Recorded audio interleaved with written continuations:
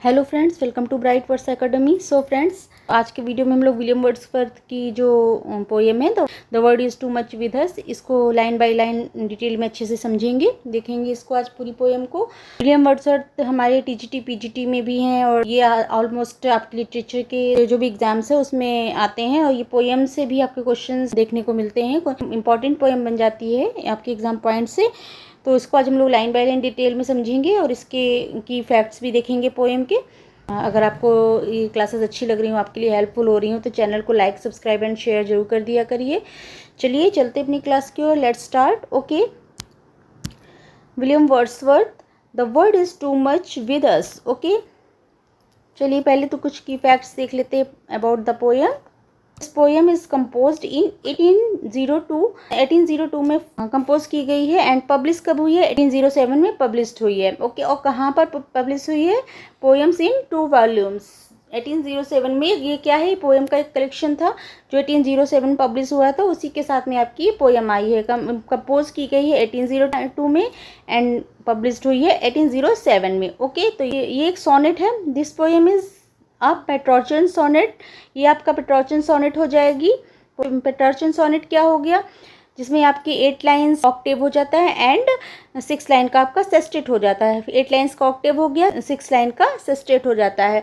तो आपकी पेट्रोचन सोनेट है, 14 लाइन्स की है और 8 लाइन्स आपका क्या हो गया? ऑक्टेव हो गया। प्रेजेंट अ प्रॉब्लम, ऑक्टेव जो आपका 8 लाइन्स जो क्या कर रहा है? प्रेजेंट अ प्रॉब्लम और इशू, एक प्रॉब्लम दिखा रहा है, एक इशू दिखा रहा है। जैसे कि आपकी पोएम के टाइटल से आपको समझ में आ रहा है, the word is too much with us, means दुनिया हमारे ऊपर हावी हो चुकी है। तो ज़्यादा लोग मेटेरियलिस्टिक लाइफ में व्यस्त हो गए हैं कि नेचर से बहुत ज़्यादा दूर होते गए हैं। का 8 लाइन्स का स्टैंजा है वो ऑक्टेव है, जो प्रेजेंट ए प्रॉब्लम और issue and the final 6 line जो सेस्टेट कहलाता है वो है आपका पॉसिबल ए सोल्यूशन। फिर लास्ट में 6 लाइन के वो उसका सोल्यूशन भी बता रहे हैं, दिखा रहे हैं। एक्सप्रेस अ पर्सनल इमोशनल, एक अपने पर्सनल इमोशनल के बता करके एक उसका सोल्यूशन भी दिखा देते हैं। पर्सनल इमोशन के साथ एक्सप्रेस करके वो उसका सोल्यूशन भी दिखा रहे हैं पोएम में। वर्ड्सवर्थ काफ़ी डिसअपॉइंट हैं लोगों से। सब जितने भी लोग हैं, मनुष्य है, वो सब प्रकृति से दूर होते जा रहे हैं क्योंकि वो नेचरिस्टिक लाइफ में बहुत ज़्यादा व्यस्त हो गए हैं, नेचरिस्टिक लाइफ के पीछे भाग रहे हैं।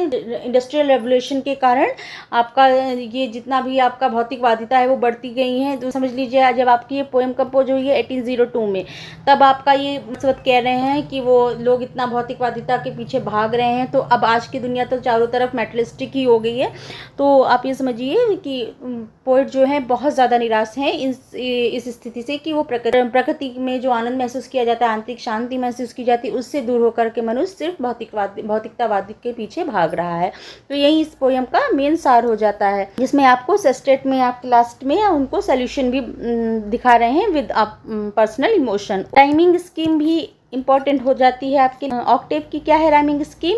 ABBA ABBA। ओके, ये आपकी ऑक्टेव की राइमिंग स्कीम है। सेस्टेट की क्या हो जाएगी? CD ओके, ये आपकी सेस्टेट की राइमिंग स्कीम हो गई। Okay, it reflects Wordsworth deep love for nature and his disappointment with modern life. Okay, यही देखिए अभी हमने जो बताया, ये पोएम रिफ्लेक्ट करती है वर्ड्सवर्थ का deep love for nature, nature के प्रति डीप लव को दिखा रही है। जानते हैं वर्ड्सवर्थ बहुत ज़्यादा उनको प्रेम है नेचर से, तो वो बहुत डिसअपॉइंट है मॉडर्न लाइफ से। मॉडर्न लाइफ जो हो गई, मटेरियलिस्टिक लाइफ हो गई है, उससे बहुत ज़्यादा डिसअपॉइंट है। यही इस पोएम रिफ्लेक्ट करती है। ओके, तो कविता का क्या मुख्य संदेश हो, क्या मेन पर्पस है? यह कविता एक आलोचना है आधुनिक जीवन के लिए। आधुनिक जीवन जो मॉडर्न लाइफ है उसके लिए एक पोइट ने इसको क्रिटिसाइज किया है, जो सिर्फ पैसे, संसाधन और भौतिकता के पीछे ही भाग रही है आज का जो मॉडर्न लाइफ है। वर्ड्सवर्थ कहते हैं कि इस चक्कर में हमने प्रकृति, संवेदना और आत्मा से रिश्ता बिल्कुल तोड़ लिया है। वो चाहते हैं कि हम फिर से प्रकृति से के साथ जुड़े, प्रकृति में रहकर आनंद और महसूस कर सकते हैं, उसको एंजॉय करें। यही पोएम रिफ्लेक्ट करती है। ओके, तो आइए चलिए पोएम की ओर चलते हैं। The word is too much with us. चलिए, okay, the word is too much with us, late and soon, getting and spending, we lay waste our powers. तो पोइट इसमें क्या कर रहे हैं, the world is too much with us. Poet कह रहे हैं कि दुनिया हमारे ऊपर हावी हो चुकी है, लेट एंड सून, पहले भी और अभी भी। मीन्स उसका क्या है कि मेटलिस्टिक के पीछे दुनिया जो है जो भाग रही है, इसी की भौतिकतावाद के पीछे भाग रही है, पहले भी और अब भी। सिर्फ वो मनुष्य अपने खाने कमाने में ही लगा हुआ है, वो प्रकृति से बिल्कुल दूर होता जा रहा है। ये बात तो कह रहे लेट एंड सून, पहले भी और अभी भी। पोइट कहते हैं कि हम पूरी तरह भौतिक चीज़ों में उलझ के रह चुके हैं, चाहे वह अतीत हो, पहले हो या वर्तमान में हो, हम पूरी तरह भौतिकतावाद में उलझ चुके हैं। हमने प्रकृति से बिल्कुल अपना नाता तोड़ लिया है। Okay, getting and spending we waste our powers, हम कमाने और खर्च करने में अपनी सारी शक्तियाँ बर्बाद कर रहे हैं। जो हम इंद्रियाँ हैं, शक्तियाँ हैं, जिसको हम लोग सिर्फ अपनी किस चीज़ में डाले दे रहे हैं अपनी पूरी शक्तियाँ, गेटिंग एंड स्पेंडिंग, खाने कमाने में ही सारी चीज़ें हम अपनी शक्तियों को बर्बाद करे दे रहे हैं। हम सिर्फ धन कमाने और खर्च करने में लगे हैं और अपनी आत्मिक शक्ति और मानसिक शांति को खो चुके हैं। वेस्ट आवर पावर्स, जो हमारी मानसिक शांति है, जो आत्मिक शक्ति है, उसको हम बिल्कुल खो चुके हैं और सिर्फ कमाने खाने में, सिर्फ धन कमाने और खर्च करने में ही लगे हुए हैं, उसी में उलझे हुए हैं। ओके, आई होप ये 2 लाइन्स आपको क्लियर हुई होंगी। चलिए आगे देखेंगे। We see in nature that is ours, we have given our hearts away a sordid boon. Okay, science में पोइट कहते हैं क्या है, little we see in nature that is ours. तो पोइट कह रहे हैं हम प्रकृति में कुछ भी ऐसा नहीं देखते जिसमें हम अपना कह सके। मीन्स हम प्रकृति की तरफ देख ही नहीं रहे हैं, हम प्रकृति के सौंदर्य से पूरी तरह कट चुके हैं। उस प्रकृति में इतनी अच्छी चीज़ें हैं कि हम उनकी तरफ ध्यान ही नहीं देते, उनसे बिल्कुल कट चुके हैं, दूर हो चुके हैं। उसमें कोई भी हमें अपनापन नहीं महसूस करते हैं। हम अपने ही यानी मेटेरियलिस्टिक लाइफ में बिजी हो गए कि जो इतनी अच्छी चीज़ें, झरने, नदियाँ, बहुत छोटी प्रपोइट तो छोटी छोटी चीज़ों, चिड़ियों की चहचहाहट, हवाओं की सनसनाहट, सब चीज़ को इंडिकेट करते हैं। बट हम इन सब चीज़ों से पूरी तरह से दूर हो चुके हैं, सिर्फ खाने कमाने में ही लगे हैं, पूरी तरह से प्रकृति के सौंदर्य से दूर हो चुके हैं। Okay, we have given our hearts away a sordid boon. Okay, तो इस लाइन में पोइट कह रहे हैं हमने अपना दिल खो दिया है, जो हमारा हार्ट है उसको हमने खो दिया है। यह एक गंदी देन है, गिफ्ट है। ओके, क्या है ये, गिफ्ट हो गया है। बून मीन्स आशीर्वाद, वरदान, एक ऐसा वरदान, ऐसा गिफ्ट हो गया। सॉर्डेड क्या हो गया, सॉर्डेड मीन्स यहाँ पे आप क्या हो गया, डर्टी। तो ये सॉर्डेड क्या हो गया, सॉर्डेड बून हो गया एक गंदी देन, बून क्या हो गया, वरदान हो गया, गिफ्ट कह सकते हैं। सॉर्डेड मीन्स हो गया डर्टी। ओके, तो ये क्या है, यह एक गंदा वरदान है, बहुत ही बेकार सा, डर्टी सा गिफ्ट है। सॉर्डेड बून से मीन्स क्या है यहाँ पर पोइट का, मेटेरियलिस्टिक लाइफ। मेटेरियलिस्टिक लाइफ के लिए हमने जो है अपने हार्ट को बेच दिया है। जो हमारा हार्ट प्रकृति के नज़ारों को देख के आनंदित होता है, मानसिक शांति, एक इनर फीलिंग, एक इनर लव होता है, वो सब हमने खो दिया है। हार्ट को हमने जो है, ये कोई जी जो मेटेरियलिस्टिक लाइफ हमको मिलती जा रही है, लाइफ इजी होती जा रही है, कोई हमारे लिए वरदान नहीं है, बल्कि एक डर्टी बून है, सॉर्डेड बून है। ओके, ये हमारे लिए गंदा गिफ्ट है एक। ओके, बल्कि एक शर्मनाक सौदा हो गया। ये हमारे लिए कोई डर्टी बून है, एक शर्मनाक सौदा है कि हम मेटेरियलिस्टिक लाइफ में फंसते जा रहे हैं और नेचर से काफ़ी दूर होते जा रहे हैं। आई होप ये क्लियर हुआ होगा। चलिए नेक्स्ट पे आएंगे। This sea that bears her bosom to the moon, the winds that will be howling at all hours. Okay, तो यहाँ पे क्या कह रहे हैं, यह समुद्र जो चांद के सामने अपनी छाती खोल देता है।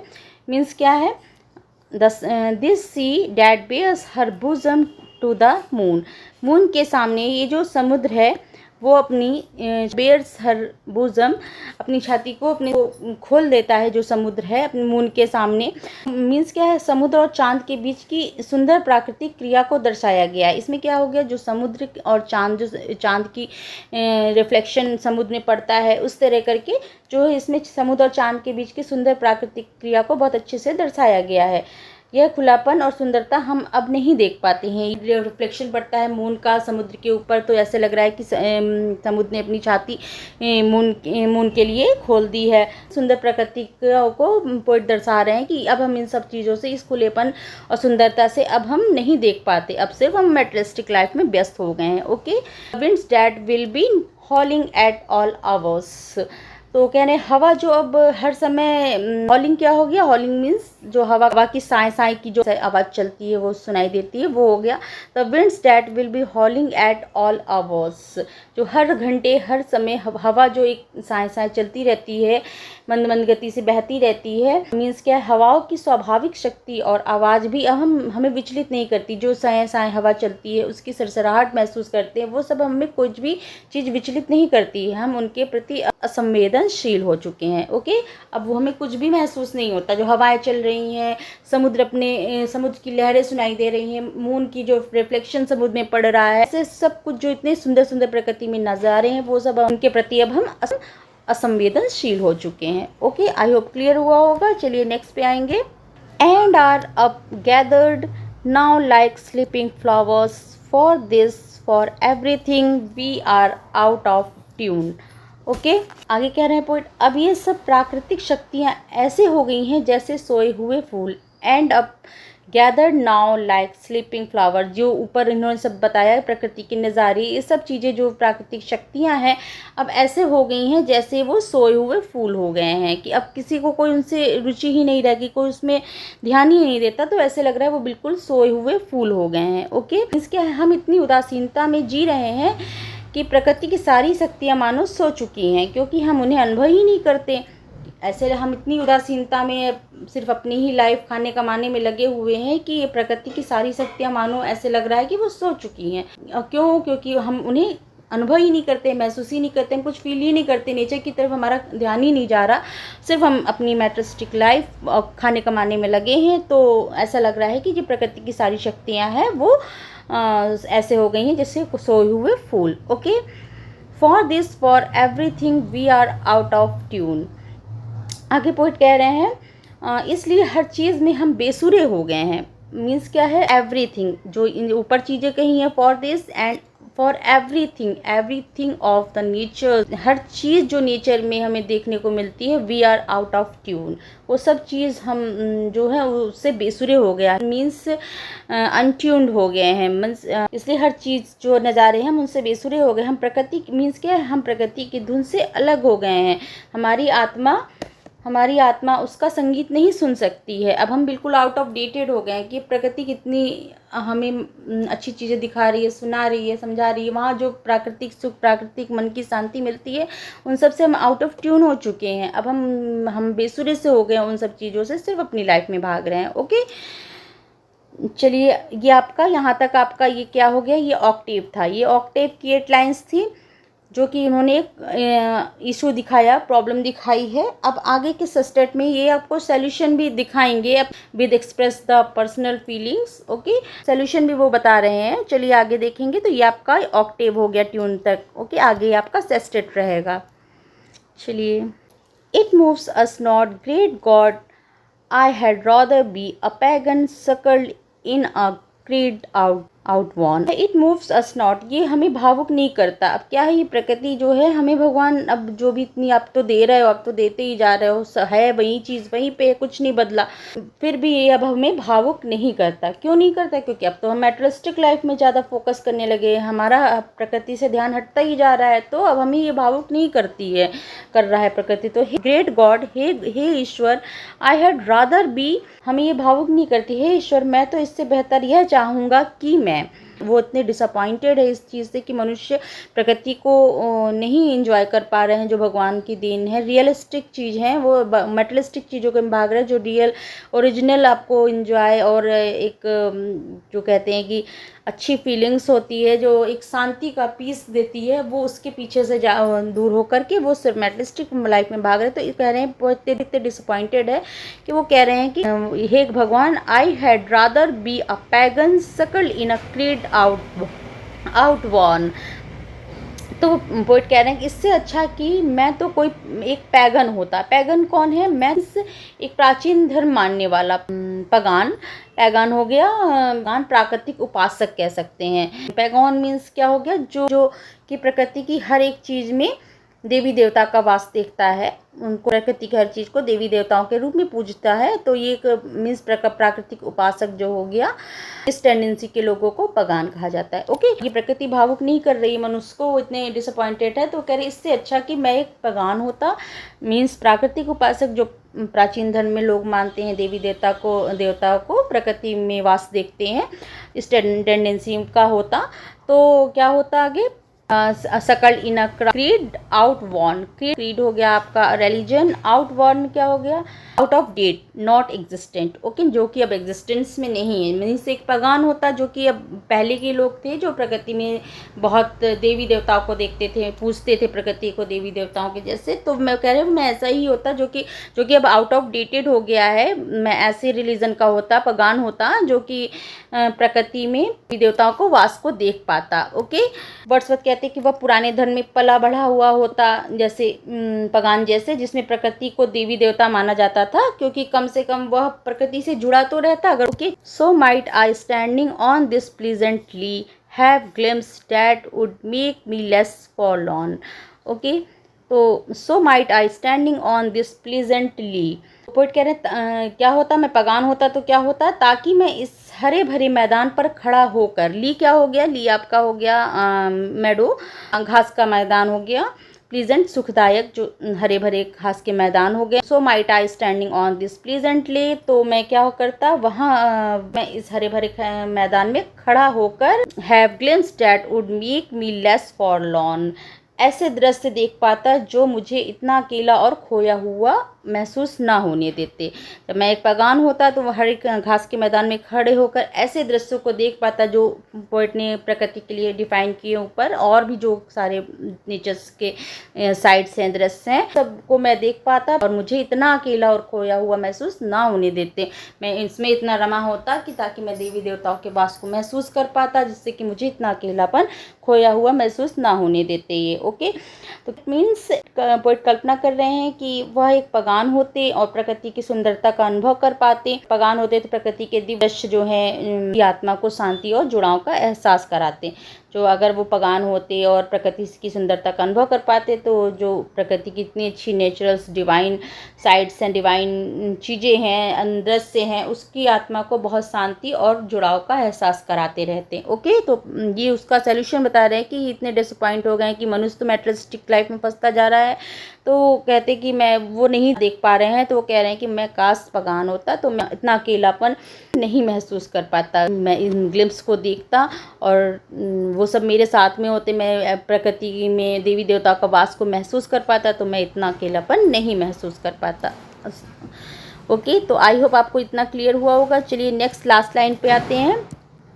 Have sight of Proteus rising from the sea और hear old Triton blow his wreathed horn. Okay, ये प्रोटियस जो आया है आपका वर्ड, प्रोटियस कौन है, प्रोटियस जो है सी गॉड हैं, जो दोपहर के समय समुद्र से निकलते हैं, एंड कोई भी मनुष्य अगर उनको जो सबसे दिखता है तो पहले तो उसे वो डराते हैं, अगर वो नहीं डरता तो उसको उसका भविष्य दिखा देते हैं। तो ये आपके कौन हो गए, ये आपके प्रोटियस हो गए, प्रोटियस सी गॉड हो गए। मैं ग्रीक माइथोलॉजी के अनुसार भविष्यवक्ता है, तो वो भविष्य बता देते हैं उसको, तो ये आपके होगा। और एक आपका ये सी गॉड है ट्राइटन, ट्राइटन देख ले, ट्राइटन कौन है, ट्राइटन ये भी ग्रीक मैथोलॉजी के सी गॉड है, का आधा शरीर पुरुष और आधा मछली का है, और ये समुद्र को शांत करने के लिए अपना शंख बजाते हैं। ओके, तो ये आपके ये दोनों जो हैं ग्रीक मैथोलॉजी से ये गॉड है, सी गॉड हो गए। इससे भी क्वेश्चन बनते हैं और आए भी हैं आपके, जनरली पूछा गया किस पोएम में आपकी Proteus and Triton sea God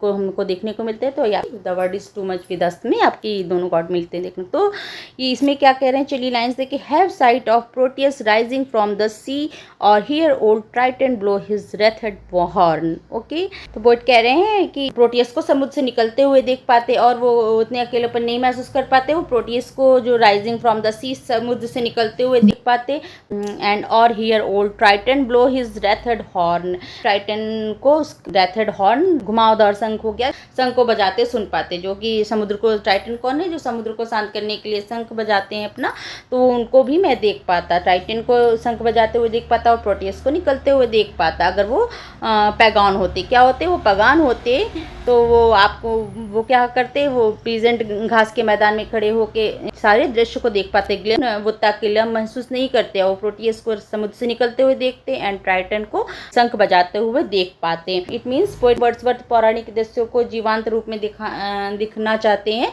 means जो पौराणिक दृश्य है उसको वो बिल्कुल अपनी आंखों के साइड में देखना चाहते हैं, वो पगान होते तो ऐसा वो देख पाते। कभी इन पौराणिक चित्रों में खो जाना चाहते हैं ताकि उसे प्रकृति से फिर जुड़ाव महसूस हो।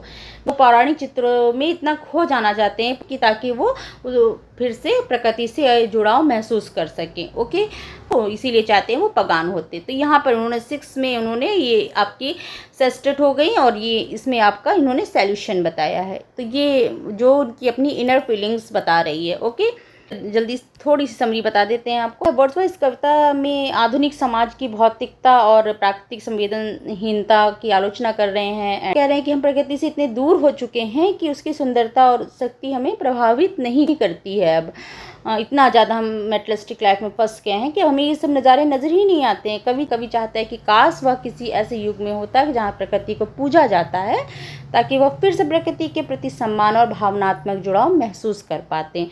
तो यही इसका थीम है हो गया कि वो पगान हो जाते ताकि वो प्रकृति को, वो ऐसे युग में पैदा होते जहाँ पर प्रकृति को पूजा जाता है, तो प्रकृति के प्रति सम्मान और भावनात्मक रूप से जुड़ाव उनको महसूस कर पाते। ओके, तो ये थी आज आपकी वर्ड्सवर्थ की poem the world is too much with अस। कैसा लगा आप हमें ज़रूर फीडबैक दीजिएगा। एंड इम्पॉर्टेंट पोएम है, आई होप आपको क्लियर हुई होगी, समझ में आई हुई होगी। तो अगर अच्छी लगे हो तो लाइक, सब्सक्राइब एंड शेयर जरूर कर दिया करिए। नेक्स्ट कौन से टॉपिक पर वीडियो लाएं आप कमेंट सेक्शन में बता सकते हैं। तो आई होप आपको अच्छी लगी होगी। अगर अच्छी लगे तो लाइक, सब्सक्राइब एंड शेयर जरूर कर दीजिए। चलिए फ्रेंड्स, फिर मिलते हैं न्यू क्लास में न्यू टॉपिक के साथ। Okay, thank you, thanks for watching.